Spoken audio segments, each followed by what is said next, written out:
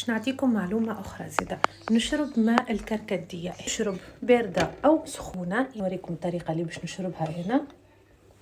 الكركدية مفيدة برشا للبشرة، بخلاف أنها تحافظ على بشرة اللون، يعني تعمل توحيد للبشرة، تحافظ على التجاعيد، وزادة تحمي البشرة من التجاعيد، زادة كما نقولوا احنا تعمل توخير في الشيخوخة، توخر عملية الشيخوخة وتخلي البشرة صافية، يكون لون كامل. تقريبا 2 دقائق ونشربه بالطريقة هذه.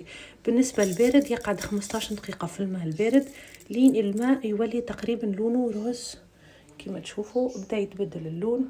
نورمالمون الكركديه معروف انه هو ماء او مشروب بارد او مشروب سخون رمضان، لانه بالحق يساعد على عمليه الهضم. يعني بالحق عمليه الهضم تكون متقلقه شويه، تتقلق شويه بيان في رمضان.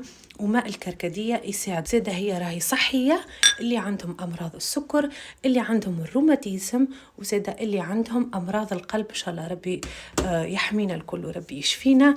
حصلوا هذه هي معلومات على الكركديه. صحه وبشفاء.